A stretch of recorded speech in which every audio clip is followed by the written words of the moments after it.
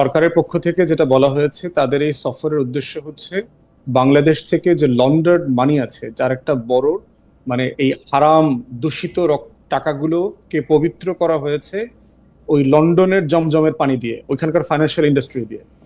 তো সেই বাস্তবতায় যেটা হয়েছে, তারা চাচ্ছে ব্রিটিশ এস্টাবলিশমেন্টের সাথে বসে এই অ্যাসেট গুলোকে ফ্রিজ করা, লন্ডার্ড মানিগুলোকে ট্রেস করা। আমার ব্রিটিশ কাছে যে ন্যাশনাল ক্রাইমস এজেন্সি আছে বেশে ফদ আপনি ওখানে আসলে বার করেছেন, আমার কাছে মনে হয় যে এটা মিথ্যা কথা বলতেছে সরকার। বিকজ এই লন্ডন মানি নিয়ে কথা বলার জন্য, লন্ডন মানির ব্যাপারটা আপনি জানেন, এটা সম্পূর্ণভাবে একটা আইন আদালতের ব্যাপার, এবং এটা ওভারটলি মানে প্রকাশ্যে দুই সরকার প্রধান কথা বলে এটা কখনো এটা ঠিক হবে না। লন্ডনের কোর্ট এটা কখনো এটা এরকম হইতে দিবে না, এবং এটা কেউ কখনো কখনো বলে নাই। লন্ডনে টাকা চুরি করে নিয়ে লন্ডন ঠিকই জমজম, আপনি ঠিকই বলেছেন, সারা পৃথিবী থেকে মানে আফ্রিকা, লাতিন আমেরিকা, এই যে এইসব দুর্নীতিগ্রস্ত বাংলাদেশ, ইন্ডিয়া, পাকিস্তানের মতো দুর্নীতি দেশগুলো সেখানে নিয়ে যায়, কিন্তু সেখানে এটা সরকার প্রধানরা এই বিষয়ে কখনো আলোচনা করেন, আমি শুনি নাই। এখন আপনি আমাকে বলতে পারেন, আমার ধারণা সরকার এখানে মিথ্যা কথা বলতেছেন, সম্পূর্ণ রকমের মিথ্যা কথা বলতেছেন, যেই কারণে প্রধানমন্ত্রী দেখা পান নাই ডক্টর মোহাম্মদ ইউনূস, এটাকে কভার আপ করতেছেন তার press section. This is my মানে আমার আমার আমার যোগ বিয়োগ আর কি। এখন বিষয় হচ্ছে যে মানে মানে দুদকের চেয়ারম্যান এখানে সফর সঙ্গী আছে, সরকার প্রধানকে নিয়ে গিয়া এই প্রকাশ্যে এসব আলোচনা করা আমি জীবনে শুনি নাই ভাই, আপনি আমাকে রেফারেন্স দিতে পারেন? সেটা না, না যেটা হচ্ছে যে ব্রিটিশ প্রাইম মিনিস্টারের সাথে সার্টেনলি হয়তো দুদক প্রধান থাকতেন না, কিন্তু যেটা হয় যে অনেকগুলো প্রোটোকল মিটিং তো থাকে আপনার, যে আপনি ক্রাইম এজেন্সির সাথে মিটিং এ হয়তো দুদকের প্রধান যাবে, ওইখানকে ফাইন্যান্সিয়াল ইন্ডাস্ট্রি যারা লুক আফটার করে তাদের সাথে মিটিং এ হয়তো ব্যাংকের গভর্নর যাবে, অনেকগুলো মাল্টিপল মিটিং, বাণিজ্য যে উপদেষ্টা আছে ওখানে, বাণিজ্য যে সেক্রেটারি স্টেট আছে তার সাথে মিটিং এর স্কেজুয়াল দেখলাম। তো সবকিছু মিলায় সরকারের বক্তব্য হচ্ছে যে এটা হলো একটা প্রাইম বিষয়, যে এই বিষয়টাকে নিয়ে গুরুত্ব আরোপ করা, এবং যেহেতু একটা হেড অফ স্টেট আর একটা হেড অফ স্টেটের সাথে এই বিষয়টা রেইজ করবেন, এবং যেহেতু একজন মেম্বার অফ ব্রিটিশ পার্লামেন্ট এই ক্রাইমের সাথে জড়িত, এবং লেবার পার্টির গত ইলেকশন ডোনেশন থেকে শুরু করে মেজর যারা ডোনেশন দিয়েছে এর ভিতরে আওয়ামী লীগের এই বিশাল ক্রিমিনাল অলিগার্ক এরা জড়িত আছে। অতএব সেই জায়গাতে যেহেতু গত ইলেকশন ফান্ডিং এর সাথে বর্তমান প্রাইম মিনিস্টার জড়িত, ওনার সাথে সরাসরি এই বিষয়ে কথা বলতে হবে। আমার অজ্ঞতা ক্ষমা করবেন, আপনি বিলাতি ব্যারিস্টার, কিন্তু আমি এই বিষয়গুলি কূটনীতিতে সত্যি সত্যি ব্রিটেনের প্রধানমন্ত্রী আমাদের সরকার প্রধানের সাথে কথা বলবেন কিনা সেটা বহু আগে ঠিক হয়ে যাওয়ার কথা। এটা আমি লন্ডনে গিয়া আমি দেখবো উনি কানাডায় আছেন না এখানে আছেন, তারপর আমি এটা বৈঠক করবো। It's a no. আপনি ভাই সজ্জন মানুষ, আপনি এটা স্বীকার করেন যে সরকার এটা ফেইলার, সরকার এটা কভার আপ করতেছে। ডক্টর ইউনূস এখানে একটা পুরস্কার নিতে গেছেন। ওইটা তো আমি শুরুতে বলেছি যে এটা রাষ্ট্রের বক্তব্য, অন্তর্বর্তীকালীন সরকারের বক্তব্য হচ্ছে এইটা তাদের উদ্দেশ্য, ওখানে তারা কেন গেছেন। এখন দ্বিতীয় যেটা হচ্ছে পুরস্কারের বিষয়টা আসছে, থার্ড হচ্ছে এখানে সাইড মিটিং এ হচ্ছে বিএনপির অ্যাক্টিং চেয়ারম্যানের সাথে মিটিং হচ্ছে, কিন্তু যেটা বলা হচ্ছে যে শুধুমাত্র অ্যাক্টিং চেয়ারপারসনের সাথে মিটিং করবার জন্যই ওখানে গেছে, এটার সাথে আবার আমি একমত না। হ্যাঁ, ওইটা আমি বোধ করি না, যেটা আমার কাছে খুবই এম্বারাসিং লেগেছে যে এরকম নোবেল পাওয়ার পরে অথবা আমেরিকার কংগ্রেশনাল মেডেল পাওয়ার পরে আপনার এই রাজা রানীর এই কি হারমোনি অ্যাওয়ার্ড নেওয়ার জন্য প্রফেসর ইউনূসকে যেতে হবে, এটা খুব জরুরি কোনো বিষয় ছিল না। কিন্তু ওইটা গুরুত্বপূর্ণ মনে হয়েছে যদি সেই ধরনের দুদক এবং ব্যাংকের গভর্নর রিলেটেড যে রেলেভেন্ট এজেন্সি গুলো আছে তাদের সাথে যদি মিটিং করা যায়, এবং প্রধানমন্ত্রীর সাথে মিট আপের যে অ্যাপয়েন্টমেন্টটা হয় নাই, এটাও খুব বিব্রতকর যে একটা রাষ্ট্রপ্রধান যাচ্ছে সেখানে মিটিং এর প্রোটোকল আগে থেকে কেন ঠিক হয় নাই। কারণ এটাকে বলা হয়েছে রয়্যাল ভিজিট, এবং আমি রয়্যাল ভিজিট বলতে বুঝি যে ব্রিটিশ সরকারের সর্বোচ্চ ভিজিট হচ্ছে রয়্যাল ভিজিট। শুধু পুরস্কার নেওয়াটা এটার অংশ থাকে না, এর সাথে প্রাইম মিনিস্টারের মিটিং থাকে এবং অন্যান্য রিলেটেড যে মিনিস্টার্স আছে তাদের সাথে এখানে প্রোটোকল মিটিং থাকে। কিন্তু এখন যেটা দেখতে পাচ্ছি এটা আসলে রয়্যাল ভিজিট না, এটা শুধুমাত্র একটা অ্যাওয়ার্ড নেওয়ার জন্য যাওয়া হয়েছে সেখানে। এবং এইটা সরকারকে পরিষ্কার করতে হবে যে সরকার যে যে উদ্দেশ্যের কথা বলছে এবং সেটা করবার জন্য তারা আসলে কি করেছে। আমরা দেখলাম ওখানে ন্যাশনাল সিকিউরিটি অ্যাডভাইজারের সাথে মিটিং করেছে, তারপর নৌবাহিনীর যে ডেপুটি হেড তার সাথে মিটিং করেছে, বাংলাদেশের এই যে আমাদের মিনারেল রিসোর্স, এরপরে হচ্ছে বঙ্গোপসাগরের লজিস্টিক্স এর ব্যাপারে যে টিম আছে তাদের নিয়ে তারা আলোচনা করেছে। এইটা করবার জন্য কি আসলে আমার হেড অফ স্টেটকে দরকার ছিল কিনা, এই 40-50 জন মানুষকে নিয়ে কয়েক কোটি টাকা লস করার প্রয়োজন ছিল কিনা, এইটার একটা ব্যাখ্যা সরকারকে দিতে হবে। এবং তারা যেটা দাবি করেছে সেটার জন্য তারা কি কি করেছে সেই প্রোটোকলটা পাবলিক করা দরকার। কিন্তু দুই পক্ষের কোনোটাই এক্সক্লুসিভলি অ্যাকসেপ্টেবল আমার কাছে মনে হয়নি। আমার মনে শুধুমাত্র যে ব্যারিস্টার ফুয়াদ এটি খুব সুন্দর করে কয়েন করেছেন। আমি জনাব এ কে ওয়াহিদুজ্জামানকে, ব্যারিস্টার ফুয়াদ আসছি আবার আপনার কাছে, জনাব এ কে ওয়াহিদুজ্জামানের কাছে একটু আসতে চাই। জনাব এ কে ওয়াহিদুজ্জামান, আপনাদের একটি খবর কয়েকদিন আগে যে আমরা ক্রমাগতভাবে দেখছিলাম যে কারণে অকারণে প্রফেসর ডক্টর মোহাম্মদ ইউনূসকে বিএনপির পক্ষ থেকে, আমি অ্যাবসলিউটলি বলবো কারণে অকারণে তাকে আক্রমণ করা হচ্ছিল, এবং সেই আক্রমণের ধার এত বেশি ছিল, এবং কোনো ক্ষেত্রে আমি জানি যে বিএনপি থেকে কাউকে শোকজ নোটিশ দেওয়া আছে, কিন্তু যেগুলো আমি আসলে বলতেও চাই না, বলতে পারবো হয়তো, তার ধর্ম নিয়ে টানাটানি, সে করার সময় কি এত চিপ বিএনপির মতো একটা দলের থেকে ডক্টর ইউনূসের মতো একটা সম্মানী মানুষের বিপক্ষে এটা করা হয়েছে, যেটা অভাবনীয়। আমরা একটা খবর পড়েছি যে বেগম খালেদা জিয়াকে ইন্টারভেন করতে হয়েছে, বেগম খালেদা জিয়াকে বলতে হয়েছে যে তোমরা এরকমটা করো না, তারপরে পরিস্থিতি অন্যরকম হয়েছে। এই ব্যাপারটাকে আপনার জানা আছে কিনা? আমরা দেখতে পাচ্ছিলাম যে ডক্টর ইউনূসকে শত্রু বানিয়ে তোলার, এবং age if doctor Mohammad Yunus কি জানি কি করতেছেন, যেটা আমরা আসলে প্রতিহত করতে হবে এই মুহূর্তে, উনি যেন একটা বিরাট স্বৈরাচার, এরকম একটা জিনিস বিএনপির পক্ষ থেকে প্রচার বা করা হয়েছিল। ধন্যবাদ খালেদ মহিউদ্দিন ভাই। আসলে রাজনীতির মধ্যে একটা নতুন ডাইমেনশন যোগ হয়েছে এই টক শোগুলো। এখন টক শোতে যখন আমরা বসি, তখন আমার পেছনে তো কেউ নেই, আমার আশেপাশে কেউ নেই ধরিয়ে দেওয়ার জন্য যে আমি কি করব। আমি আপনাকে একটা এক্সাম্পল দিতে পারি। শহীদ প্রেসিডেন্ট জিয়াউর রহমানের সময় একজন রাজনৈতিক নেতা, অত্যন্ত বিখ্যাত রাজনৈতিক নেতা, তিনি আরেকজন রাজনৈতিক নেতার বিপক্ষে, একজন প্রয়াত রাজনৈতিক নেতার সম্পর্কে খুব আজে বাজে বলা শুরু করলেন। উনি উঠে গিয়ে তার পিঠে হাত দিয়ে দুইটা চাপড় দিলেন, তারপর উনি ঠান্ডা হয়ে গেলেন। আমি যখন টকশোতে বসেছি খালেদ ভাই, তখন আমি অনেক কথাই বলে ফেলতে পারি, স্লিপ অফ টাং বলতে পারি, জজবার কারণে বলতে পারি, অথবা আমার সমর্থকদের সস্তা বাহবা পাওয়ার জন্য বলতে পারি। এটা সঠিক না। এবং এই ধরনের ঘটনা যখনই ঘটেছে বিএনপির পক্ষ থেকে শোকজ দেওয়া হয়েছে, আগেও দেওয়া হয়েছে। এবং আপনাকে আরেকটা জিনিস আমি নিশ্চিত করতে পারি, এই ধরনের একটা না, ঠিক আছে ওয়াহিদ ভাই, আপনি নাহলে এটা নিশ্চিত করলেন, কিন্তু আপনি আমাকে এটা বলেন, ডক্টর মোহাম্মদ ইউনূসের এগেইনস্টে একটা স্মিয়ার ক্যাম্পেইন, যে ডক্টর মোহাম্মদ ইউনূস 5 বছর ক্ষমতায় থাকতে চান, তিনি ক্ষমতা ছাড়তে চান না, তার অনেক ভালো লাগতেছে ক্ষমতায় থাকতে, এবং তিনি বিভিন্ন রকম ষড়যন্ত্র করতেছেন এর সাথে তার সাথে, এগুলি বিএনপির পক্ষ থেকে বলা হয় নাই। টকশো কথা আপনি বাদ দেন, সভাতে বলা হয় নাই, শীর্ষ নেতৃত্বের পক্ষ থেকে বলা হয় নাই। বলা হয়েছে প্রত্যেকটাকেই তাদেরকে নিরুৎসাহিত করা হয়েছে বলার ক্ষেত্রে। আরেকটা বিষয় আমি আপনাকে বলতে পারি, এটা আমার ধারণা যে অনেকেই আহত হয়েছে উনি যখন নাকি জাপানে গিয়ে একটা তথ্য দিলেন, সংবাদ সম্মেলনে একটা কথা বললেন, সেটা হচ্ছে যে শুধুমাত্র একটি দলই নির্বাচন চাচ্ছে। ওয়াহিদ ভাই, আপনি কি নেরেশনটা পড়ছেন? আমি কিন্তু নেরেশনটার ইংরেজিটা পড়ে, আমি যদ্দূর বাংলা বুঝে আমি বুঝছি একটা দল নির্বাচন চাচ্ছে ডিসেম্বরে, উনি শুধু একটা দল বলে নাই, এবং সেইটা উনি সিগনিফিকেন্স আরোপ করার জন্য এই আর্টিকেলটা ব্যবহার করছেন, একটা একটা বড় দল, আমি যদ্দূর ইংরেজি বুঝছি আর কি। ইটস নট যে একটা মাত্র উনি বলছেন, এটাও বিএনপির একটা আমি বলবো যে না, এটা নিউজ মিডিয়াগুলোর আচ্ছা মানলাম, মিডিয়াগুলো এই ধরনের কাজ করে। আবার এটাও সঠিক খালেদ ভাই, সেটা হচ্ছে আপনি যখন সরকার প্রধান হবেন, আপনার আচরণটা সরকার প্রধানের মতোই হওয়ার। ভাই, আমার তো সরকার প্রধানের অভ্যাস নাই আপনাদের মতো, আমি তো জীবনে সরকার প্রধান হই নাই, আমি তো খোলা মন নিয়ে নোবেল পাইয়া সরকার চালাই। আপনি যদি এমন কোনো কথা বলেন যেটা মিডিয়া আপনাকে মিসকোট করার সুযোগ নিতে পারে, সেই কথা আপনি কেন বলবেন? না, সেটাও ঠিক আছে, কিন্তু ওয়াহিদ ভাই আপনি আমার এইটা একটু বুঝান তো, ডক্টর ইউনূস প্রথম থেকে কি চাইছে? ডক্টর ইউনূস প্রথম থেকে চাইছে যে সংস্কার হবে, যেই সংস্কার আপনারা 31 দফা যেগুলি দিছেন, তার বাইরে তো কোনো একটা আকাশ থেকে নামায় এসে কোনো সংস্কার ওরা বলে নাই তো যে বিএনপির নাম আওয়ামী লীগ হয়ে যেতে হবে। আপনারা প্রতি পদে পদে সংস্কারগুলির বাধা দিছেন, প্রতি পদে পদে বলছেন যে সংস্কার মানি না। দ্বিতীয় হলো যে এটা সঠিক না, উনি বিচারের কথা বলছেন, কিন্তু আওয়ামী লীগের বিচারের কথা হইলে আপনারা জানি কেমন ম্যান করেন, ঠিক মতো বলেন না, জানি না, আপনারা একটা আরোপিত ঝগড়া করতেছেন কিনা ডক্টর মোহাম্মদ ইউনূসের সঙ্গে। এটা শেষ বলি, ডক্টর মোহাম্মদ ইউনূস স্পষ্ট বলছে ডিসেম্বর থেকে জুনের মধ্যে ইলেকশন হবে। আপনারা বললেন যে উনি কোনো রোড ম্যাপ দেয় না, স্পষ্ট বলে না, বলছে তো স্পষ্ট। এই তিনটা নিয়ে যদি একটু বলতেন ওয়াহিদ ভাই। আচ্ছা, প্রথম বিষয়টা আপনি যেটা বললেন যে ডক্টর মোহাম্মদ ইউনূসের সংস্কার প্রস্তাবে আমরা বিরোধিতা করেছি, সব সংস্কার প্রস্তাবে, এটা সঠিক না।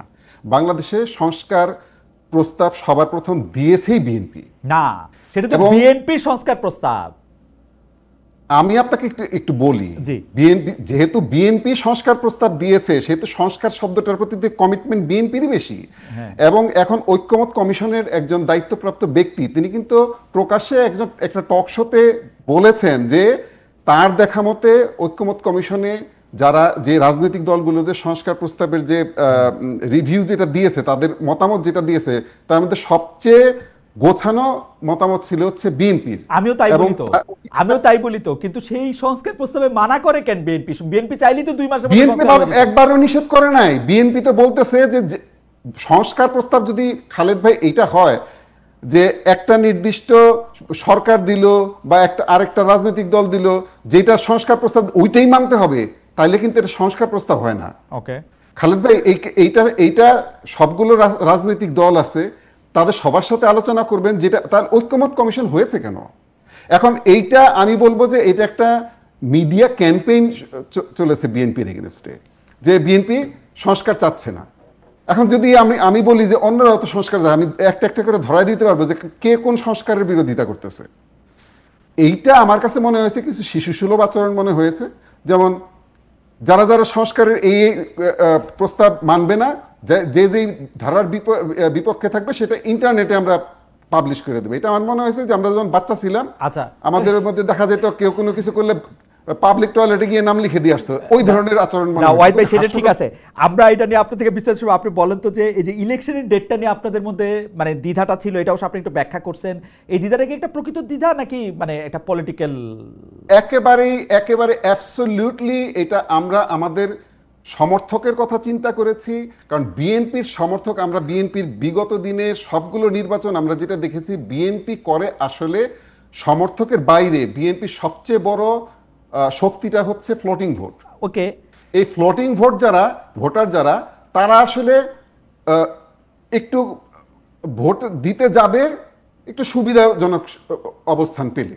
ওকে, মানে এমন না যে আওয়ামী লীগ বা জামাতে ইসলামী তাদের যেরকম রেজিমেন্টাল ফোর্স আছে যে যেতেই হবে, ভোট দিতেই হবে, এইরকম না। তো এই মানুষগুলোর জন্য একটা সুবিধাজনক সময় হচ্ছে শীতকাল, ডিসেম্বর মাস। সেটা ঠিক আছে, সেটা আপনি শীতকালের কথা আপনি নাইলে বললেন, সেটা শীতকালের এটার মধ্যে। তাহলে কিন্তু আপনারা অবিশ্বাস করতেছিলেন এবং ভাবতেছিলেন যে 5-6 বছর ডক্টর মোহাম্মদ ইউনূস রাইখা যাবে, সেইটাই বা কেন, সেইটা একটু এইটাও কিন্তু আমি ওই যেটা বললাম যে সরকার প্রধান এবং সরকারে থাকা ব্যক্তিরা যখন নাকি ওনারা কথাবার্তা একটু ভিন্ন ধরনের সিগন্যাল দিবেন, তখনই কিন্তু বিভ্রান্তিটা। কোনো ভিন্ন ধরনের সিগন্যাল ছিল না ওয়াহিদ ভাই। আপনারা কেন জানি ক্ষমতায় যাওয়ার জন্য খুব, আমি এটা ব্যারিস্টার ফুয়াদকে জিজ্ঞেস করতে পারি যে ভিন্ন ধরনের সিগন্যাল ছিল কিনা। ব্যারিস্টার ফুয়াদেরও কিছু কিছু কথা আমার কাছে মনে হয়েছে যে এখন ইলেকশন না দেওয়াই ভালো হইব, 3-4 বছর পরে দিলে, ডক্টর ইউনূস তো ভালোই চালাতেছে। আমি কি ব্যারিস্টার ফুয়াদকে ঠিক রিড করছি?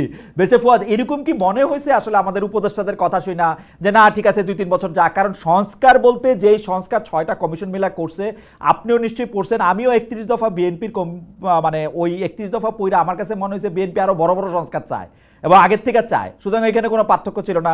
বিএনপি আওয়ামী লীগ দিয়া যেভাবে নির্যাতিত হয়েছে, বিএনপির কোনোদিন আওয়ামী লীগের সাথে মিশা যাওয়ার প্রশ্নই আসে না, ওই প্রসঙ্গটাও তোলা হয়েছে। আপনার কাছে কি এটা মনে হয়েছে যে ব্যারিস্টার ফুয়াদ আমরা কি আপনাকে ভুল রিড করছি, সরকারকে ভুল রিড করতেছি? আমার কাছে যে এটা মনে হয়েছে যে সরকার এবং সরকারের উপদেষ্টারা এবং এনসিপি এবং কিছুটা ব্যারিস্টার ফুয়াদ এবং ব্যারিস্টার ফুয়াদের দল চায় যে এই সরকার এভাবেই ক্ষমতায় থাকুক। এটাকে আমরা ভুল রিড করছি আপনাকে? আপনি যদি একটু আমাকে বলেন। তার আগে আপনার অনুমতি নিয়ে আমি একটা খালি দর্শকদের জানতে চেয়েছিলাম যে প্রধান উপদেষ্টা ডক্টর ইউনূসের লন্ডন সফরের অন্যতম লক্ষ্য পাচার অর্থ ফেরত আনা, অর্থ ফেরতের বিষয়ে কোনো অগ্রগতি হবে বলে মনে করেন কিনা? শতকরা 65% দর্শক মনে করেন যে হ্যাঁ অগ্রগতি হবে, শতকরা 35% দর্শক মনে করেন অগ্রগতি হবে না। এই বিষয়ে আমার মতামত আমি আগেই বলছি। ব্যারিস্টার ফুয়াদ, আমি একটু জানতে চাইবো যে আমরা আপনাদের আসলে একটু ভুল বুঝছিলাম কিনা, ভুল এখনো বুঝতেছি কিনা, এই সরকার আরো বেশি দিন ধরে থাইকা যেতে চায় কিনা, ডক্টর ইউনূসের খুব আরাম লাগতেছে কিনা এই যে সরকার প্রধান থাইকা বিভিন্ন দেশ ঘুরা 10 মাসে 11টা দেশ ঘুরছে অতি অকামে, এবং মানে উনি কি করছে না করছে এটা বুঝা আমি ঠিক বুঝি না। আপনি একটু আমারে বুঝাই দিলে আমি বা আমার দর্শকরা একটু আপনি 2-3টা প্রশ্ন করেছিলেন তো আমাকে, আমি একটার অ্যানসার দিয়েছি আর 2টা পরে দেব। জি জি জি, অবশ্যই অবশ্যই অবশ্যই অবশ্যই অবশ্যই। আমি একটু ব্যারিস্টার ফুয়াদের কাছে একটু শুনতে চাই যে আমরা ভুল বুঝতেছিলাম কিনা, ভুল বুঝার আগে আমার মনে হয় যে বিএনপির একটা ইলেকশন ট্রমা আছে, যেটা আমাদেরকে অ্যাপ্রিশিয়েট করতে হবে। কারণ দেশের এত বড় একটা রাজনৈতিক দল 2001-এর পরে কোনো ভালো ক্রেডিবল ইলেকশন পায় নাই। 2008-এ একটা ইলেকশন ইঞ্জিনিয়ারিং শিকার হয়েছে সে, 100 সিটে ন্যূনতম তাকে 111-এর সরকার, দেশি বিদেশি শত্রুরা তাকে হারিয়েছে ন্যূনতম ভাবে, 14তে ইলেকশন থেকে বঞ্চিত করেছে, 18 সনে একটা ইলেকশন ট্র্যাপ করেছে, তাকে ডেকে নিয়ে রাতের ভোট করে ফেলেছে। অতএব সেই জায়গাতে বিএনপির ভিতরে একটা সিরিয়াস ইলেকশন ট্রমা আছে, তাকে অনেক কনস্পিরেসি থিওরি এখানে কাজ করছে। এবং আপনি যখন continuously Indian disinformation misinformation campaign হচ্ছে, Indian establishment, Indian foreign minister spokesperson, Indian military chief এবং আমাদের ডিপ স্টেটের বিভিন্ন এস্টাবলিশমেন্টের বক্তব্য যখন মিলে যাচ্ছে, তখন কিন্তু এটা বিএনপিকে নার্ভাস করে ফেলছে। এর ভিতরে আসছে যে মানবিক করিডোর, এখানে একটা ছায়া যুদ্ধের চেষ্টা করা হচ্ছে, এটার মধ্য দিয়ে জাতিসংঘ এবং আমেরিকার তত্ত্বাবধানে ইউনুস একটা যুদ্ধ লাগানোর চেষ্টা করছে, ইমার্জেন্সি ডিক্লেয়ার করা হবে, মানে দেশে মানে ইলেকশনটাকে আরো ডিলে করবে, প্রলং করবে। এই যে একটা ইন্ডিয়ান ডিসকোর্স, এখানে বিশাল আকারে নেতৃবৃন্দ রাজনৈতিক দলকে কনভিন্স করেছে।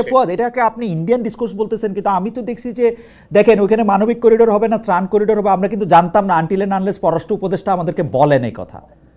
আমরা এটা জানতাম না যতক্ষণ পর্যন্ত ওনার হাই রিপ্রেজেন্টেটিভ এই কথা না বলেন, আমরা কিন্তু জানতাম না। ইন্ডিয়ান মিডিয়া, তাও কতিপয় মিডিয়া এগুলি নিয়ে কথা বলতে শুরু করছে অনেক পরে। ডক্টর ইউনূস আমাদেরকে মিথ্যাবাদী বললেন যে আমরা নাকি মিথ্যা কথা বলতেছি, এখানে কোনো কিছু হয় নাই, কিন্তু উনার উপদেষ্টা, উনার দুই উপদেষ্টা দুইবার উনার প্রেস সচিব এগুলি নিয়ে কথা বলছেন। উনি কি কানে শুনতে পান না শোনেন না আমি জানি না, কিন্তু না খালিদ ভাই, দেয়া হয়ে গেছে, চুক্তি হয়ে গেছে যে ধরনের কথা ইন্ডিয়ান মিডিয়াতে আসছে। কারণ আপনি জানেন যে যেটা গোয়েন লুইস, বাংলাদেশের জাতিসংঘের যে আরসি আছে, আবাসিক সমন্বয়কারী, উনি কিন্তু পরিষ্কার করে বলেছেন এটার ইন্টারন্যাশনাল একটা প্রোটোকল আছে, দুইটা রাষ্ট্র এখানে আগে একমত হইতে হবে করিডোরের ব্যাপারে, তারপরে হচ্ছে জাতিসংঘ এটা সুপারভাইজ করে ইন্টারন্যাশনাল যে রুলস আছে, প্রোটোকল আছে, 1941 এর যে কনভেনশন আছে, সেগুলো দিয়ে করবে। ফুয়াদ, ইন্ডিয়ান মিডিয়ারে আমি ধর্তব্যের মধ্যেই নেই না, যে মিডিয়াগুলির মধ্যে আছে। আমি সরকারের কথা বলতেছি। ডক্টর ইউনূস একদম স্পষ্ট বলছে ওখানে কোনো মানবিক করিডোর, ত্রাণ করিডোর এগুলি কোনো কথা নাই, পুরোটাই ভুয়া। ভুয়া না তো?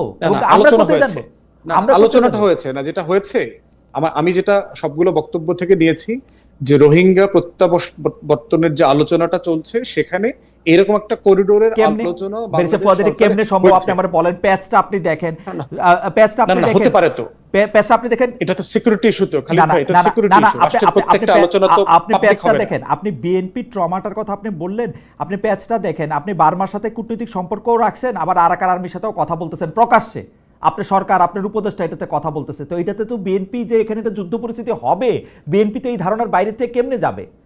এটা তো ইন্ডিয়ান মিডিয়ার আপনি বাদ দিয়ে রাখেন, ইন্ডিয়ান মিডিয়া আপনি বাদ দিয়ে রাখেন। গাজা হবে, এখানে ফিলিস্তিন হয়ে যাবে, এখানে আমরা এই ইসরায়েলের মতো একটা হেজিমনিক ওয়ারে জড়ায়া যাব, মানে এটা ইজ টু ফার, মানে টু রিমোট এই আলোচনাটা করা।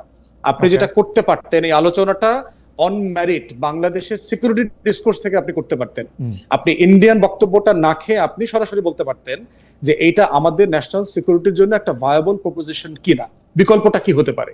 আপনি আমার রাষ্ট্র সাপেক্ষে আপনি কথা বলেন না, কিন্তু ভারতের গণমাধ্যমের রেফারেন্স দিয়ে দিয়ে যদি আপনি একটা ডিসকোর্সের অংশ হন, তখন তো কাউন্টার ন্যারেটিভ আবার ডেভেলপ করবে, যে তখন সন্দেহ করবার প্রশ্ন আসবে। বেরসা ফুয়াদ, আপনি ভারতীয় ন্যারেটিভটা কেন বলতেছেন? ধরেন আমি আর আপনি, আপনার কথা তো আমি শুনি, আমি আর আপনি যেখান থেকে তথ্য নিচ্ছি, ধরেন আমাদের সরকার থেকে, আমাদের পররাষ্ট্র উপদেষ্টা কি বলতেছেন, আমাদের হাই রিপ্রেজেন্টেটিভ অন রোহিঙ্গা যিনি আবার নিরাপত্তা উপদেষ্টা তিনি কি বলতেছেন, আমাদের প্রেস সচিব সংবাদ সম্মেলন করে কি বলতেছেন, আমাদের ডক্টর মোহাম্মদ ইউনূস এইখানে জাতিসংঘের মহাসচিবকে নিয়ে গিয়ে ওইখানে কি বলতেছেন। আপনি শুধু এই বক্তব্যগুলি পরস্পর সাজান, তাইলে আপনি দেখেন ইন্ডিয়ান মিডিয়া আমার দরকার নাই, ইন্ডিয়ান ন্যারেটিভ আমার দরকার নাই, তাইলে আপনি দেখেন আপনি আজকে যে জায়গায় আছেন সেই জায়গায় আসতে পারেন কিনা।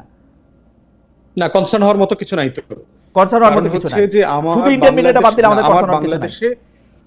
না, আমার কনসার্ন হওয়ার মতো কিছু নাই। যেটা হচ্ছে যে আমার এখানে 16-17 লক্ষ রোহিঙ্গা আছে যারা 7-8 বছর থেকে এখানে আছে। আপনি তাদেরকে তো প্রত্যাবর্তনের জন্য কিছু সিকিউরিটি মেজার নিতে হবে, এবং আপনি জানেন এই কনভারসেশন গুলো কখনো পলিটিক্যাল ডিসকোর্সে আলোচনা হয় না। ওয়েস্টার্ন পলিটিক্স থাকলে যেটা হতো, এখানকার পলিটিক্যাল মেজর পলিটিক্যাল পার্টি লিডারদের পাবলিক ডোমেইনে অন্তর্বর্তীকালীন সরকার সিম্পলি ব্রিফ করে দিত। ফুয়াদ ভাই, পাবলিক ডোমেইনে তো আপনি দিলেন, পররাষ্ট্র উপদেষ্টা সংবাদ সম্মেলন করে ভুল করেছেন, এবং 3টা মিথ্যা কথা বলছেন নিরাপত্তা উপদেষ্টা খলিল সাহেব, 3টা মিথ্যা কথা বলছেন একটারে কাউন্টার করতে গিয়া। হ্যাঁ, আলটিমেটলি তো এটা তো রাষ্ট্র নিজে ডিজাস্টার করছে, কোনো সন্দেহ নাই, কিন্তু রাষ্ট্র তার এই গোলটা পররাষ্ট্র উপদেষ্টা হাই রিপ্রেজেন্টেটিভ দাবি করতে পারেন। হ্যাঁ, সার্টেনলি এই আলোচনা আপনি তুলতেই পারেন, কিন্তু আমরা যেটা বোধ করছি যে এই কনভারসেশন তো পাবলিক হইতে পারে না, এই কনভারসেশন তো কখনো ওপেন ফোরামে হয় না। প্রতিটা রাষ্ট্র এই সিকিউরিটি ইস্যুসগুলোকে অত্যন্ত ক্রিটিক্যালি ইন্টারনালি ডিল করে। যেখানে খুব মেজর ইস্যু থাকে, ইংল্যান্ডের কথা আমি জানি, ওখানে কোবরা আছে, লিডার অফ দ্য অপোজিশন যারা আছে প্রত্যেকটা পার্টির দলনেতাকে রেখে প্রাইম মিনিস্টার ব্রিফ করে দেন, যেটা কখনো পার্লামেন্টে আলোচনা হবে না। ওইখানে এই বিষয়গুলো বাংলাদেশের মতো ম্যাচিওর ডেমোক্রেসি না। আমরা এই ভুলগুলো এই জন্য বারবার করছি। কিন্তু মানবিক করিডোরের নামে যে পরিমাণ মিথ্যাচার করা হয়েছে এটা কাম্য ছিল না। অতএব বিএনপির ট্রমা যখন আমরা আলোচনা করছি তখন এই ইন্ডিয়ান ডিসকোর্সটাও ওখানে ফ্যাক্টর হিসেবে কাজ করেছে। অতএব সেই ট্রমাটাকে যেটা করতে হবে, আজকের মিটিং এর কারণে যেটা আমি বোধ করি, এই ট্রমাটা অ্যাড্রেস করবার জন্য ভালো হয়েছে। প্রত্যেক জায়গাতে আমরা সোশ্যাল মিডিয়াতে দেখলাম যে কে জিতেছে, তারেক রহমান জিতেছে না ইউনূস জিতেছে। আমার উত্তর হচ্ছে বাংলাদেশ জিতেছে, আমার শত্রুরা হেরে গেছে। তারা যে পরিমাণ আমাদের ভিতরে একটা দ্বন্দ্ব, সংঘাত, টেনশন, দূরত্ব তৈরি করবার চেষ্টা করছিল সেটা হেরে গেছে। এর আগে আপনি বলেছেন যে আমরা এনসিপিরা মিলে কি ইউনূস চেয়ে 3-4 বছর দেখবেন এরকম। আপনি জানেন যে আমি আমার বক্তব্য কেটে কেটে কিভাবে রিল বানানো হচ্ছে।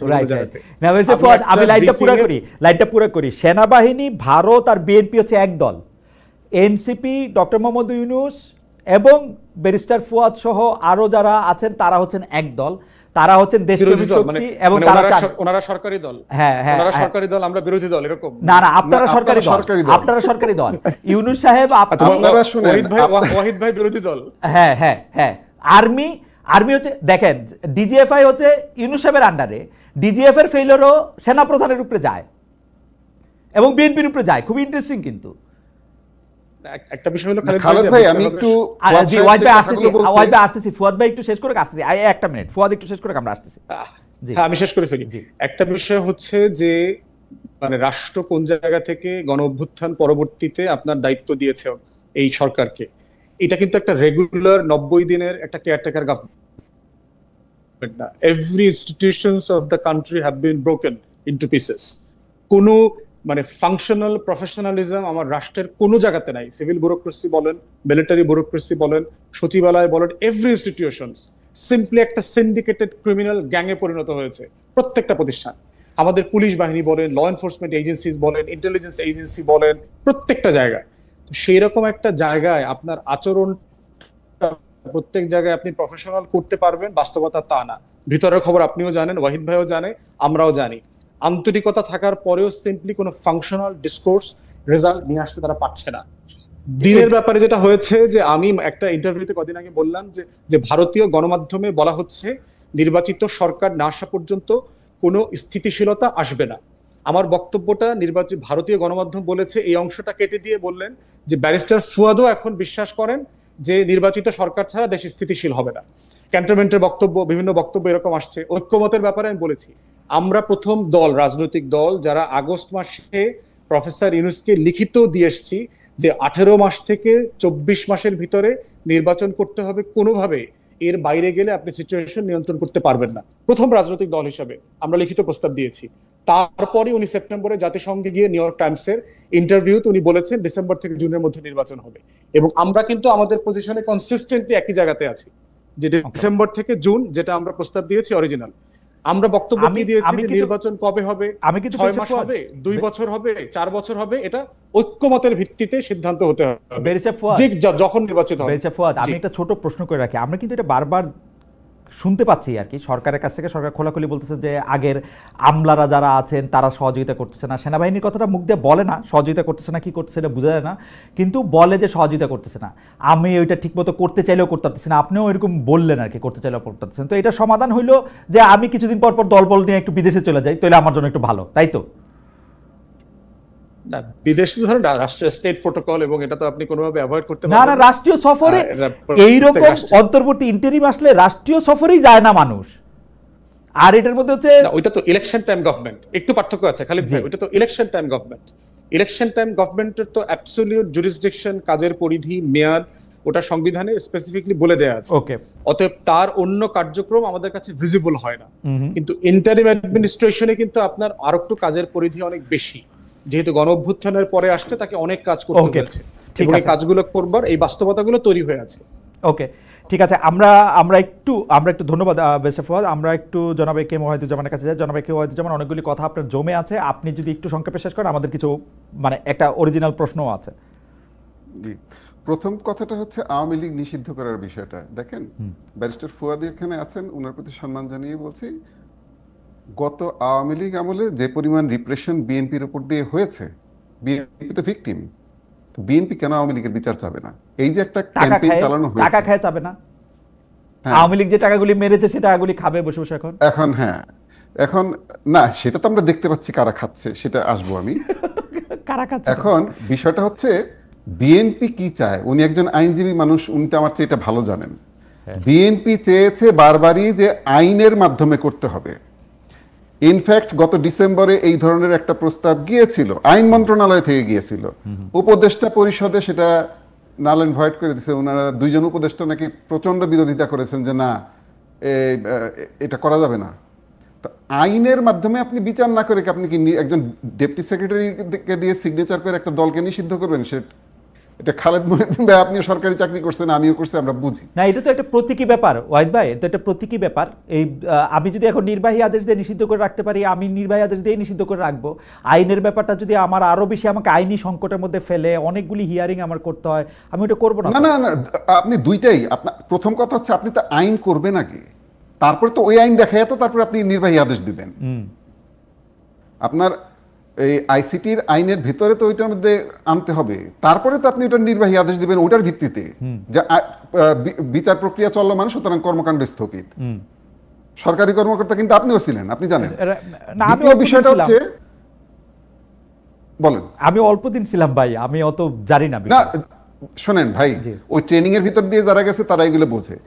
দ্বিতীয় কথা হচ্ছে যে আপনি যখন একজন সরকারি কর্মকর্তাকে কনফিডেন্সে নেবেন না, তাদেরকে বারবার হেয় করতে থাকবেন, আপনি তাদের কাছ থেকে কিন্তু সহযোগিতা আশা করতে পারবেন না। এটা সরকারি কর্মকর্তা না, যে কোনো ব্যক্তির কাছ থেকেই। দেখেন, কম্পিটিটিভ পরীক্ষা দিয়ে দেশের সবচেয়ে মেধাবী মাথাগুলো সরকারি চাকরি করতে যায়। ওয়াহিদ ভাই, আপনার অনুমতি নিয়ে কথা কই, ওয়াহিদ ভাই একটা অনুমতি নিয়ে কথা কই, এইটা মোটামুটি আমরা সবাই জানি। কিন্তু আমি এখন কি করবো? আমি এখন সরকার, আমি এখন দেখতেছি সব জায়গায় বিএনপির আর সিকি জায়গায় জামাতের লোক বসে রয়েছে, তারা পরিচয় দেয় ভাই ভাই আমি বিএনপির সৈনিক, আমি ওয়াহিদ ভাইয়ের লোকে কাম করছি। আমি করবো কি? আমি ওর দিয়ে তার কাজ করতে পারি না তো। ফ্যাক্ট, আপনি এখন বিএনপির আওয়াজের চোটে, যুগ্ম সচিব থেকে সচিব পর্যন্ত বিএনপি জামাতের আওয়াজের চোটে এত টিকাই যায় না। আপনি সত্যি, আমি আপনাকে কইলাম এই অনুষ্ঠান শেষ করে আপনার কাছে 3টা তদবির করবো আমার 3 বন্ধুর, যে তার বিপদে আছে সে। না, বিষয়টা হচ্ছে যে সবাই কিন্তু ক্ষমতায় আসার সম্ভাবনা আছে। ওয়াহিদ ভাই বুঝছেন, সরকারি দলকে, এই যে আপনারা যে বললেন আপনি বিরোধী দল, এই যে খালিদ ভাই কার কাছে তদবির করবে বুঝতে পারছেন? না, আমার কাছে কিন্তু তদবির করবে না। যত সুন্দর শোনাচ্ছে, বিষয়টা তো সুন্দর না। আচ্ছা জি, হচ্ছে যে ওই যে যেহেতু আমিও সরকারি চাকরি করে আসছি, উনিও করে আসছেন, সরকারি চাকরিজীবীদের মানে দুঃখটাও আমরা বুঝি যে ছাত্র উপদেষ্টা বসায় দেওয়া আছে প্রত্যেকটা মন্ত্রণালয়ে, প্রত্যেকটা ডিসি অফিসে, মানে সব জায়গায়, এবং এরা যে এই ধরনের তদবির নিয়ে যাচ্ছে, এগুলো তো আরো ভয়ঙ্কর। এরা যেভাবে একজন ক্লাস 1 অফিসারকে, একজন ডিসি কে যেভাবে ডিকটেট করে, সেটা আরো ভয়ঙ্কর না? এগুলি নিয়ে বলতে চাই না কেন, সবাই জুলাই যোদ্ধা পরিচয় দেয়, জুলাই যোদ্ধা পরিচয় দিয়ে কিন্তু এগুলো বাড়তে থাকবে। আচ্ছা, আরেকটা বিষয় যেটা ছিল, যেটা বললেন যে এই যে বার্মা অ্যাক্টের মাধ্যমে কিছু ঘটনা ঘটেছে, এইটা রাষ্ট্রীয় গোপন, এইটা ইত্যাদি ইত্যাদি। ভাইরে, এইটা যদি গোপন সিদ্ধান্তই হবে, তাহলে সবার আগে আপনার উপদেষ্টাকে এই বিষয়ে বোঝাইতে হবে কোন জিনিসটা কোথায় বলতে হয়। আমি সোশ্যাল মিডিয়ায় আমার ফেসবুকে যেটা লিখবো সেটা আমি খালেদ মহিউদ্দিন ভাইয়ের টকশোতে এসে বলবো না। একজন সরকারি দায়িত্বপ্রাপ্ত ব্যক্তি, তিনি যদি না বোঝেন কোনটা বলতে হবে আর কোনটা বলতে হবে না। কিন্তু ওয়াহিদ ভাই, আপনার কাছে কি মনে হয়, ওয়াহিদ ভাই আপনার কাছে কি মনে হয় ভারতের ন্যারেটিভ আমরা নিছি, একেবারে ডাহা মিথ্যা কথা বলছেন ভাই। আমি অসত্য শব্দটা ইউজ করি, কিন্তু আপনার এইটার প্রতিবাদে আমি বললাম ডাহা মিথ্যা কথা বলছেন। আমরা তো শুধুমাত্র উপদেষ্টাদের কথা অনুযায়ী বলছি। জাতীয় নিরাপত্তা উপদেষ্টা একজন, একজন পররাষ্ট্র উপদেষ্টা, দুইজন যখন একই কথা বলতেছে, আমরা তো এটা বলবো না। কিন্তু ওয়াহিদ ভাই আসেন আমরা একটা সিনারিও কল্পনা করি। কেন ভারতীয় নেগেটিভটার প্রসঙ্গ আসতেছে, আমরা একটা সিনারিও কল্পনা করি। সিনারিওটা হচ্ছে, ধরেন পররাষ্ট্র উপদেষ্টা বলছে যে ওখানে একটা মানবিক করিডোর দেওয়া হবে, ধরেন নিরাপত্তা উপদেষ্টা বলছে এখানে একটা ত্রাণ করিডোর দেওয়া হবে, এবং এটা একটা প্যাসেজ দেওয়া হবে, যে প্যাসেজে আসলে ওইখানে আটকে থাকা লোকজনের জন্য কিছু খাবার এখান দিয়ে যাবে। এই খাবার গেলে এটা গাজা হয়ে যাবে, এটা ইউক্রেন হয়ে যাবে, এই আলাপগুলি এই বাংলাদেশের আর কোনো কিছু থাকবে না, ডক্টর ইউনূস সাহেব এটা বিক্রি করে দিচ্ছে ইয়ার কাছে, তার ফলে এটা হচ্ছে। এই আলাপগুলি কে করছে বলেন ভাই? আপনি যদি ওইখানে একটা এই জিনিস দেন, এবং ওয়াহিদ ভাই আমি আপনাকে যাই না বলতেছি, এই জিনিস অলরেডি দেয়া আছে 2022 সালের পর থেকে, এটা চলতেছে, কিন্তু খোঁজ নিয়ে দেখেন। এক্স্যাক্টলি, অবৈধভাবে চলছে। প্রশ্নটা হচ্ছে, যখন আপনি কোভার্টলি কোনো অপারেশন করেন, সেটা নিয়ে আপনি ওপেনলি কথা বলবেন না। আর আরেকটা বিষয় হচ্ছে, ব্যারিস্টার ফুয়াদ জানেন যে এই সরকার গঠিত হয়েছে সুপ্রিম কোর্টের আপিল বিভাগের একটা সিদ্ধান্তের মাধ্যমে, তাই না? ওখানে কিন্তু স্পষ্ট করে বলে দেওয়া আছে ওনাদের কর্মপরিধি কি। তো এই ধরনের স্ট্র্যাটেজিক সিদ্ধান্ত ওনারা নিতে গেলে ওনাদের, আমি বলবো, উচিত ছিল রাজনৈতিক দলগুলোর সাথে গোপনে হলেও আলোচনা করা। এখন ওনারা যেটা করতেছেন, এটা আসলে আমি বলবো যে ওনাদের সংযত হয়ে কথা বলা উচিত, কোনটা বলবেন, কোনটা কি বিতর্ক আপনি কি সৃষ্টি অ্যাপিলেট করবে। ডিভিশনের ফ্রেমওয়ার্কটা বলতেছেন, নির্বাহী সিদ্ধান্তের কথা নেয়ার কথা বলে নির্বাহী কার্যক্রম পালন করবে, সেইটার আলোকে? না, আমি বলতেছি যে ওনারা এই ধরনের স্ট্র্যাটেজিক, এই ধরনের স্ট্র্যাটেজিক সিদ্ধান্ত নিতে পারেন কিনা, পারেন সেটা ওনারা নির্বাহীর মধ্যে পড়ে ভাই। আপনি যদি ফালা দিতে পারেন না। আরে প্রবলেমটা এখনকার রোহিঙ্গা নিয়ে প্রবলেমটা তো এখনকার। না, রোহিঙ্গা নিয়ে প্রবলেম অনেক পুরাতন। বরঞ্চ ওনারা এইটা করার কারণে যেটা হয়েছে, আরো ওনারা যেটা বললেন, খালেদ ভাই আপনি একটু কনসিকুয়েন্সেস গুলো খেয়াল করেন, যে 1,80,000 রোহিঙ্গা ফেরত যাবে, ঘোষণা এটা দিছিলেন তো, খেয়াল আছে আপনার? এটাতে আশা, ব্যাংককে বসে ঘোষণা দিছিলেন, উইশফুল থিংকিং, পায়াস উইশ, ঠিক আছে? এবং বললেন যে আগামী ঈদ করবে তারা ওইখানে গিয়ে, আশা করতে পারি তো আমি। হ্যাঁ, আপনি এইগুলো, ওই জায়গাটা আপনার তাকে বুঝতে হবে খালেদ ভাই। ওই আরাকানটা এখন কারা কন্ট্রোল করতেছে? মিয়ানমার গভর্নমেন্ট কন্ট্রোল করতেছে। আপনি যদি এই জিও লোকেশন না জানেন, জিও পলিটিক্সের কারেন্ট সিচুয়েশন না জানেন, আপনি কার সাথে ডিল করতেছেন ভাই? আর সেটা বলে হাসির পাত্র হচ্ছেন কেন? আপনি বললেন 1,80,000 ফেরত যাবে, 1,15,000 চলে আসলো। না, মিয়ানমার গভর্নমেন্ট কন্ট্রোল করতেছে না বলেই তো আমার আরাকান আর্মির সাথে একটা কথা বলা দরকার ছিল। আরাকান আর্মির সাথে কথা বলে ওপেন চ্যানেলে করবেন? হ্যাঁ জি, সেটাকে ওপেন চ্যানেলে করবেন, সেটাকে মিডিয়ায় বলে বেড়াবেন? এই সরকার ট্রান্সপারেন্ট, সেজন্য বলছে সবাই। না, ট্রান্সপারেন্ট হইলে তারা বিরোধী দলগুলোর সাথে, সব রাজনৈতিক দলগুলোর সাথে বসছে তো, আপনাদের সাথে শুধু বসে নাই, আর সবার সাথেই বসছে। এনসিপির সাথে বসছে, ফুয়াদ ভাইয়ের সাথে আলাপ করছে তো। ফুয়াদ ভাইরা জানতেন যে ওনারা মানবিক করিডোর দিচ্ছে? হ্যাঁ জানতেন তো, উনি তো আজকেও বললেন যে এটা ঠিক আছে দেওয়া, আমি ওনার সাথে একমত হয়েছি, অসুবিধা নাই দেওয়া, ভালো তো। কিন্তু জাতিসংঘ কি বলতেছে? জাতিসংঘ বলতেছে জাতিসংঘের সাথে আলোচনা হয় নাই বা সিদ্ধান্ত হয় নাই। জাতিসংঘের সাথে আলোচনা হয় নাই মানে জাতিসংঘ তো এটা, এখন আপনি যেটা বললেন, মানে দুই দেশের বৈঠকের মধ্যে একটা জায়গায় না আসা পর্যন্ত জাতিসংঘ এটা বলতে পারে না। জাতিসংঘেরও তো কিছু সীমাবদ্ধতা আছে। তার মানে হচ্ছে ওনারা একটা ইম্যাচিউর জিনিসকে মিডিয়ায় নিয়ে আসছেন। কারণ হচ্ছে আপনারা বেশি হইচই করছেন এটা নিয়ে, অতি অকারণে। ওনারা এটা একটা পয়েন্ট হিসেবে বলছিল। আপনারা খালেদ ভাই, আবার আমি মনে করাই দিচ্ছি আপনাকে, আমরা যে কথাগুলো বলেছি সেটা শুরু হয়েছে যখন পররাষ্ট্র উপদেষ্টা এবং নিরাপত্তা উপদেষ্টা এই ধরনের কথাবার্তা বলছেন। আপনাদের সব অধিকার আছে। আমি যদি বলি যে সেটা যদি তিল থাকতো, আপনারা এটা তালগাছ বানাইছেন। না, আমরা তালগাছ বানাইনি, এটা তালগাছ ওনারাই বানাইছে, আমরা দেখাই দিচ্ছি যে এটা কিন্তু তালগাছ। আচ্ছা, খুবই আচ্ছা। আওয়ামী লীগ সম্পর্কে আপনি যদি আরেকটা শেষ কথা বলেন, আওয়ামী লীগের প্রতি কি আপনারা একটা গোপন, নিবিড় এবং কি বলবো, একটা কেমন জানি একটা ভালোবাসা অনুভব করতেছেন? মানে যেটা অভিযোগ করা হচ্ছে আপনাদের সাথে, যে বিএনপি আসলে প্রাণপণে চাচ্ছে যাতে আওয়ামী লীগও থাকে এর মধ্যে থেকে কোনো না কোনোভাবে, কোনো না কোনো ফরম্যাটে। এইটার সম্পর্কে যদি একটু বলতেন, যে মানে আপনারা আওয়ামী লীগকে আসলে কি দেখেন বা আওয়ামী লীগকে কি চান? আওয়ামী লীগের একটা বিচার আমরা চাই।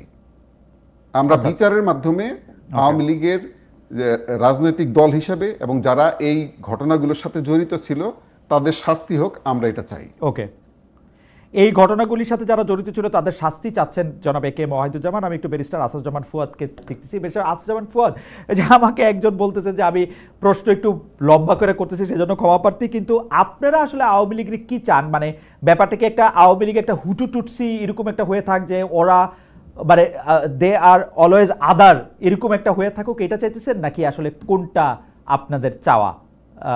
এবং যেটা আপনার সেটা কথার প্রসঙ্গে কথা আসা। আরেকটা কথা হচ্ছে, বরিশাল প্রেস ক্লাবে একটা সংবাদ সম্মেলনে গতকাল আপনি বলেছিলেন যে সাবেক রাষ্ট্রপতি আব্দুল হামিদের বিদেশ যাওয়া আসার বিষয়টি নিয়ে মানে তার বিদেশ যাওয়া আসা যাওয়ার কোনো বিধিনিষেধ নেই আপনি বলছেন, তাহলে কেন তাকে বিদেশ যেতে বাধা দেওয়া হবে? এই প্রসঙ্গেও আপনি যদি একটু বলতেন। বেস্টার ফুয়াদ। আওয়ামী লীগ প্রশ্নে আমি আপনার এবং ওয়াহিদ ভাইয়ের সাথে একমত ইন প্রিন্সিপল যে এইটা এক্সিকিউটিভ ডিসিশন দ্বারা অ্যাড্রেস করা উচিত না। এবং আমি আপনার সেপ্টেম্বর মাস থেকে আওয়ামী লীগ কোশ্চেন অন্তর্বর্তীকালীন সরকার কিভাবে ডিল করা উচিত তার একটা পুরো মানে প্রোটোকল আমি বলেছি পাবলিকলি, বহুবার।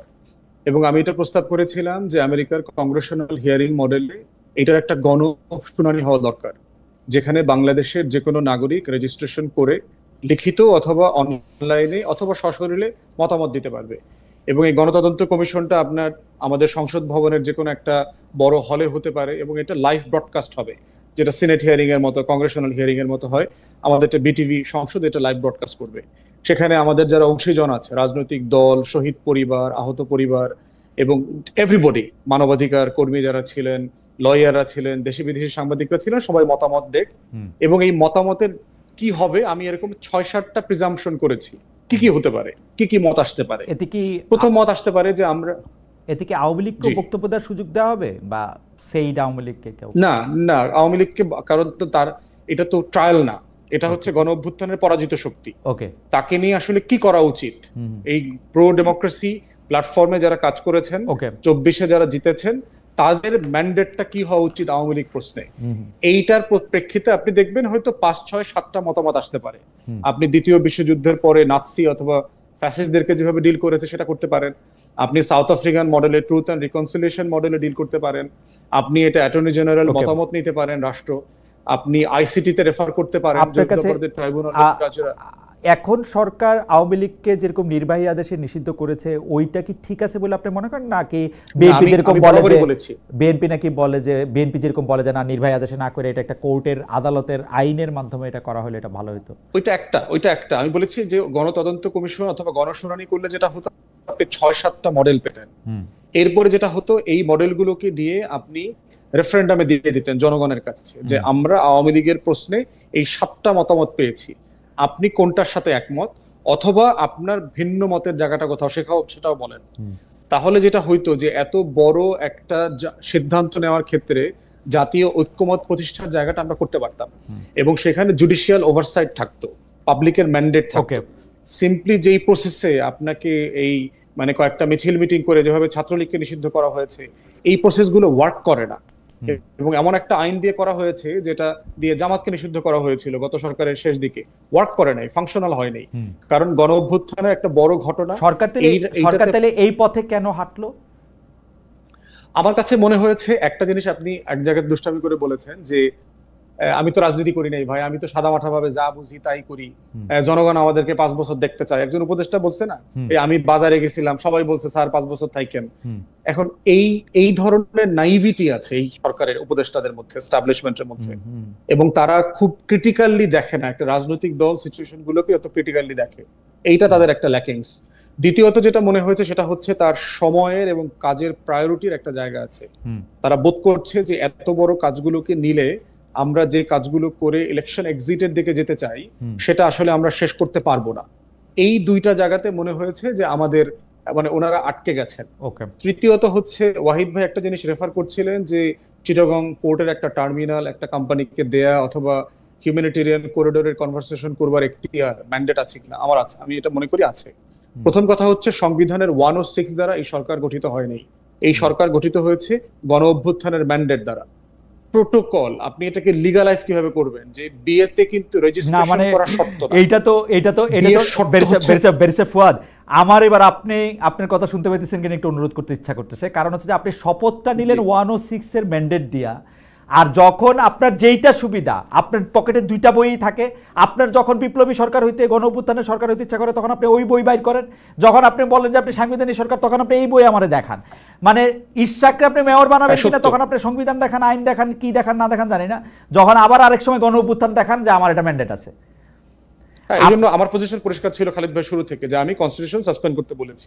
আপনি বলছেন, আপনি সরকারের বিশ্লেষণ করে দেখেন, আপনি বলছেন, আপনার আমি শুনছি আপনি সরকারের বিশ্লেষণ করে আপনার সাথে একমত, আপনার সাথে আমি একমত। এখনো পর্যন্ত বাংলাদেশের মহামান্য রাষ্ট্রপতি হচ্ছে জনাব শাহাবুদ্দিন, উনার কাছেই শপথ নেওয়া হয়েছে। এটা দুঃখজনক, এটা দুঃখ সুখ আমার নাই, কিন্তু বলেছি যে এটা কনসিস্টেন্ট একটা অ্যাপ্রোচ নেওয়া দরকার ছিল, যেই অ্যাপ্রোচ নিয়ে আমি কন্টিনিউয়াসলি কনসেনসাস বিল্ড করব অংশীজনের সাথে, এবং আমি সিদ্ধান্ত করেন নাই, কারণ আপনি আপনার সবচেয়ে সুন্দর পথটাতে হাঁটছেন, আপনি ধর্মেও আছেন, জিরাফেও আছেন, আপনি 5টা স্ট্যান্ডার্ড নিয়ে রয়েছেন। ফুয়াদ ভাই, আমি যদি এই সরকারের দেখি, সত্যি সত্যি আমি সরকারের, আমার কাছে মনে হয় যে ভাই এখন আপনার কি পার্ট, এটা আপনি আগে বলেন। আপনি এখন নওয়াব সিরাজউদ্দৌলা নাকি রবার্ট ক্লাইভ? আপনি তো এক এক সময় এক এক নাটকে এক একটা চরিত্র অভিনয় করতেছেন। না, এখন আসলে আমি তার রোলটা দেখি পাইলট আকারে। আচ্ছা, এখন সে ঝড়ের ভিতরে কিভাবে বিমান চালাবে, বিমানে যদি একটা চাকা কক্সবাজারে খুলে পড়ে যায় তাহলে কিভাবে ল্যান্ড করবে, বিমান যদি ঘূর্ণিঝড়ের কবলে পড়ে তাহলে কি হবে, বিমানটা যদি এয়ার ইন্ডিয়া হয়, বিমানটা যদি বাংলাদেশ বিমান অথবা ব্রিটিশ এয়ারওয়েজ হয়, বিমানটা যদি লাভজনক প্রতিষ্ঠান হয় অথবা আপনার লোকসানি প্রতিষ্ঠান হয়, এইরকম একটা অ্যাডহক বেসিসে এই বিমানটাকে চালাইতে হইতেছে। বাংলাদেশটা একটা অ্যাডহক বেসিসেই চলে, এটা সংবিধান দ্বারা কখনো চলে নাই। এটা নেতা নেত্রী, পরিবার, দল, এদের মর্জি খুশিতেই দেশটা চলছে। এই হাঁটতে খেলতে মর্জিতে দেশ চলছে, এই রিয়ালিটি এখানে আছে। তাই সিদ্ধান্ত নেওয়ার ম্যান্ডেটের প্রশ্ন যখন আসে, আমি বলছি যে গণ অভ্যুত্থানের ম্যান্ডেটও এই সরকারের আছে, 106 এর ম্যান্ডেটও এখানে আছে। 106 এর ডিসিশন পরিষ্কার বলে দেওয়া আছে, নির্বাহী কার্যক্রম রাষ্ট্র পরিচালনার ক্ষেত্রে বলে দেওয়া আছে। আমার কাছে মনে হয় যে 106 এর ম্যান্ডেট এনাফ, আমার যতটুক পার্ট, এটার জন্য গণ অভ্যুত্থান না টানলেও চলে। 106 এর ম্যান্ডেটেই সরকার যা যা কিছু করতে চায় সেটা মনে করতে পারে, সেটা অ্যাডহক বেসিসে করুক আর হুইমের ভিত্তিতে করুক। আমরা আজকের অনুষ্ঠানটা একটু আপনাদের অনুমতি নিয়ে একটু 10-12 মিনিট একটু বাড়াইতে চাই, সেই জন্য আমি বেশে ফুয়াদ, আমি আবার আপনার কাছে আসবো। আপনি হামিদ সাহেব সম্পর্কে আপনার বক্তব্য একটু ক্লিয়ার করে দেন। আচ্ছা, হামিদ সাহেবের ব্যাপারে একটা হচ্ছে যে আমি তাকে একটা অবৈধ সংসদের অবৈধ প্রেসিডেন্ট মনে করি, পলিটিক্যাল স্টেটমেন্ট, কিন্তু এর মানে এইটা না যে নাগরিক আকারে সে দেশের বাইরে যেতে পারবেন অথবা ঢুকতে পারবেন, যে কোনো ফর্মে যাওয়া আসার ব্যাপারে তার যদি কোনো নিষেধাজ্ঞা না থাকে তাকে তো আপনি এটা মানা করতে পারেন না। সে যদি ফৌজদারি অপরাধ করে থাকে তাকে আপনি জিজ্ঞাসাবাদ করবেন, তাকে পুলিশ কাস্টাডিতে নেবেন, তাকে বিচারের মুখোমুখি করবেন, কিন্তু যে সে বাংলাদেশের নাগরিক, তার দেশের বাইরে যাওয়া ফিরে আসার এখতিয়ারে তো আপনি হাত দিতে পারেন না। আচ্ছা বেরিসে ফুয়াদ, তাহলে আবার এটা শত্রুর প্রতি আমাকে ইনসাফ করতে হবে। রাইট, তো বেরিসে ফুয়াদ এইটা আমার একটু বুঝায় কোন তো, তাহলে উনি যখন চলে গেছিল একটা তদন্ত কমিশন কেন হয়েছিল, উনি চলে গেছেন কেমনে? উনি কি তখন এটা দেখেন নাই যে তাকে গ্রেফতার করা সাসপেন্ড হইছে? হ্যাঁ, আমার কাছে মনে হচ্ছে যে পুলিশ সাসপেন্ড হইছে। এক মিনিট সত্য, আমার কাছে মনে হয়েছিল, কিন্তু উনি চলে যাওয়ার কারণে এয়ারপোর্টে দায়িত্বরত যারা ইমিগ্রেশন পুলিশ ছিল, হ্যাঁ বোধহয় 3 জন বা 4 জন পুলিশকে সাসপেন্ড করা হয়েছে। হ্যাঁ, সেটা কেন হয়েছে বেরিসে ফুয়াদ একটু বলেন তো, মানে একটা তদন্ত কমিশন এখন থেকে কি বাইরে? আমার কাছে মনে হয়েছে যে উনি কি আসলে চলে গেছেন ট্রিটমেন্টের জন্য গেছেন, না উনি আসলে পালিয়ে গেছেন, এই ধোঁয়াশার মধ্য থেকে ওই কাজগুলো ওইখানে হয়েছে। এবং এটা আপনি কারেক্টলি পয়েন্ট আউট করেছেন। আমার কথা হইলো যে আমি জানি না উনি চলে গেছে, আমি জানি না আমি চলে গেছে না পালায়ে গেছে না ওইখানে থাইকা যাবো, আমি আর কিচ্ছু জানি না, কিন্তু উনি চইলা যাইতে পারলো কেমনে, এয়ারপোর্ট ক্রস করলো কেমনে? গল্পটা আসছে এরকম যে ডক্টর মোহাম্মদ ইউনূসের চোখে ধুলা দিয়ে সরকারের ভিতরে একটি সরকার, সম্ভবত সেনাবাহিনী, তাকে পার করে দিয়েছে, এবং এর জন্য একটি তদন্ত কমিশন হয়েছে, 3 জনের চাকরি চলে গেছে, 4 জনের বিরুদ্ধে অ্যাকশন নেওয়া হয়েছে। কেন ওই সময় পয়রা দেখেন না যে তার আসলে বিদেশ গমনে বাধা নাই? এই যে হাইপ, এখানে হাইপ আছে না, এখানে কোনো হাইপ নাই ভাই, আপনি সরাসরি বলেন একটা অযোগ্য, অসমর্থ এবং একটা খুবই মানে কি বলবো, একটা হুইম দিয়ে পরিচালিত একটা সরকার, পপুলিস্ট সিদ্ধান্ত ছাড়া আর কিচ্ছু নিতে পারে না, এবং ধমক দিলে ভয় পায় না। বিএনপি যদি চাইতো ডিসেম্বর মাসে ইলেকশন করাইতে পারতো, আরেকটা ধমক দিলে ডিসেম্বরেই করতো। আচ্ছা, এটা লম্বা আলোচনার বিষয়, আলোচনা এখন দরকার নাই, যেহেতু দুই পক্ষ এখন আলোচনার টেবিলে আছে। তো আমার মনে হয় যে এটা আলোচনার ভিত্তিতে নির্বাচনের দিন তারিখ ঠিক করা যাবে।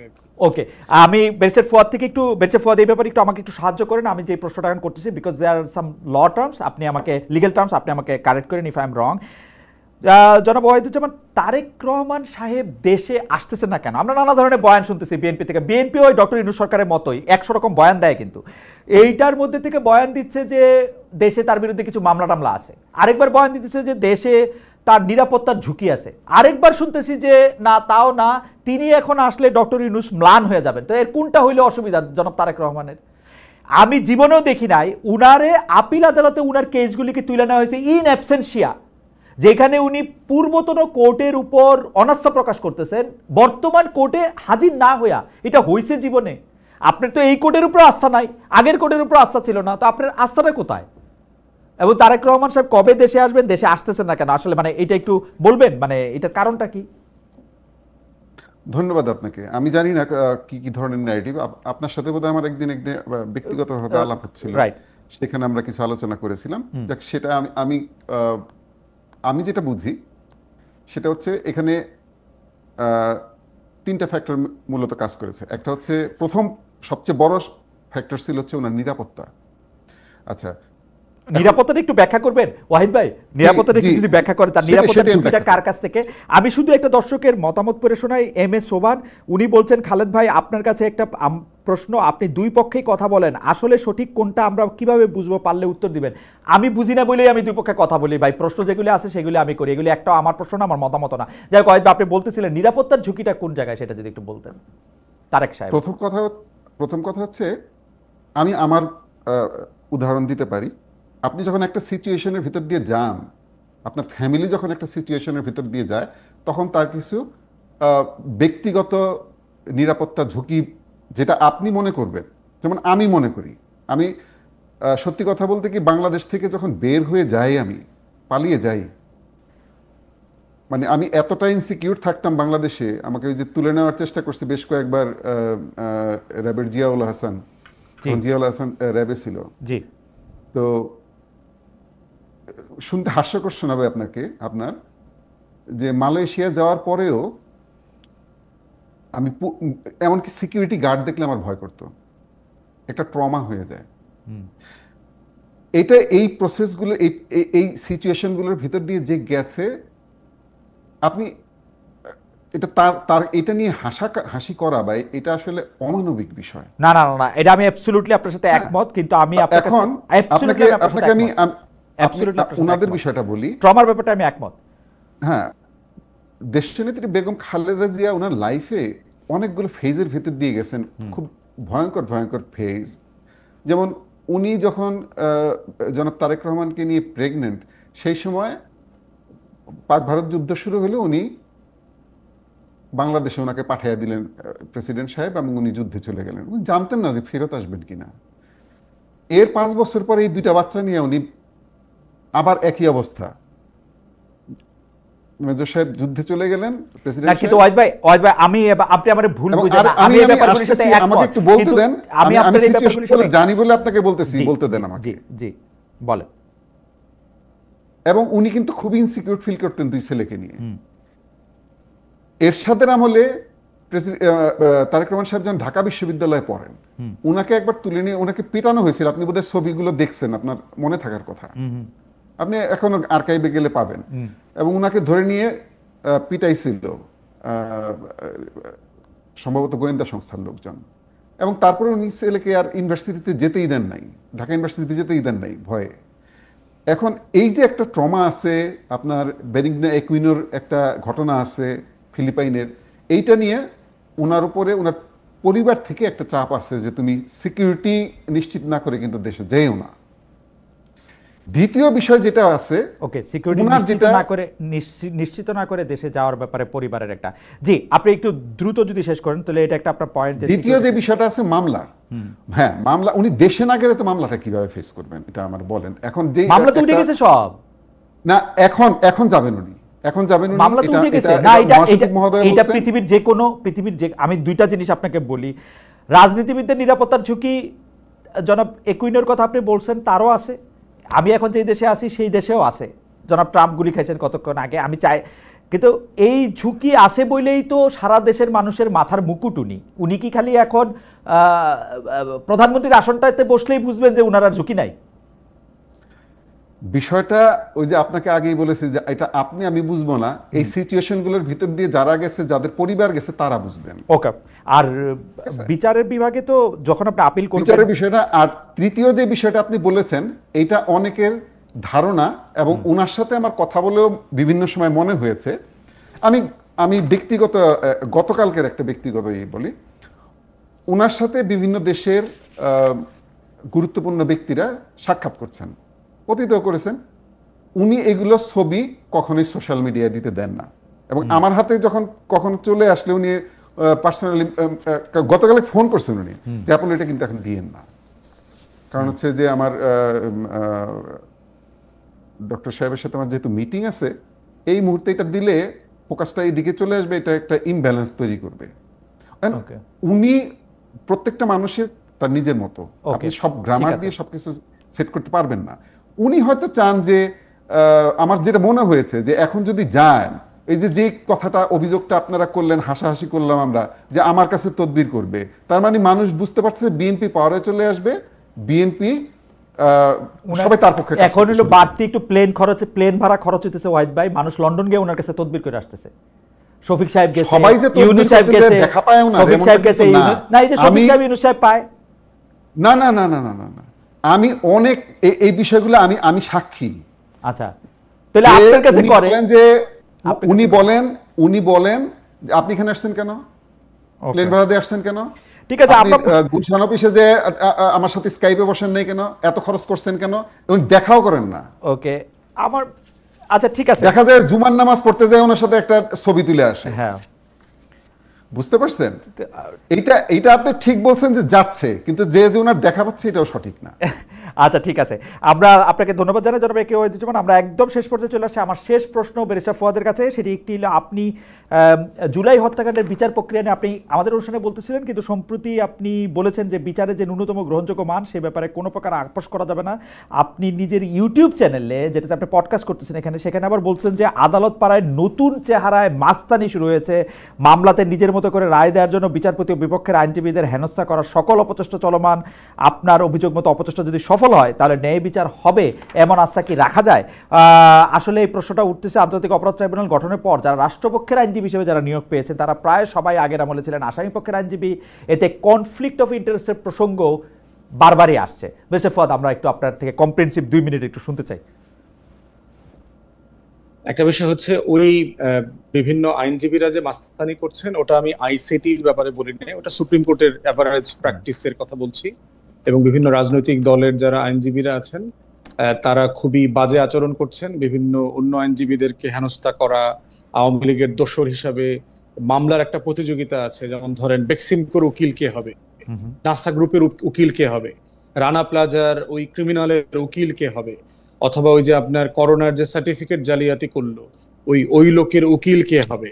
এগুলো নিয়ে আপনার বেশ মানে মনস্তাত্ত্বিক যুদ্ধ চলতেছে, এবং ভিতরে প্রচন্ড টাকা পয়সা হিসাব নিকাশ, মাস্তানি, এবং বিচারকদেরকে গিয়ে করা। যেহেতু আপনি জানেন যে অধিকাংশ বিচারপতি আওয়ামী লীগের সময়কার মনোনীত, তারা প্রচন্ড একটা মানসিক কষ্টের মধ্যে আছে, তারা কোন দিকে যাবে না যাবে।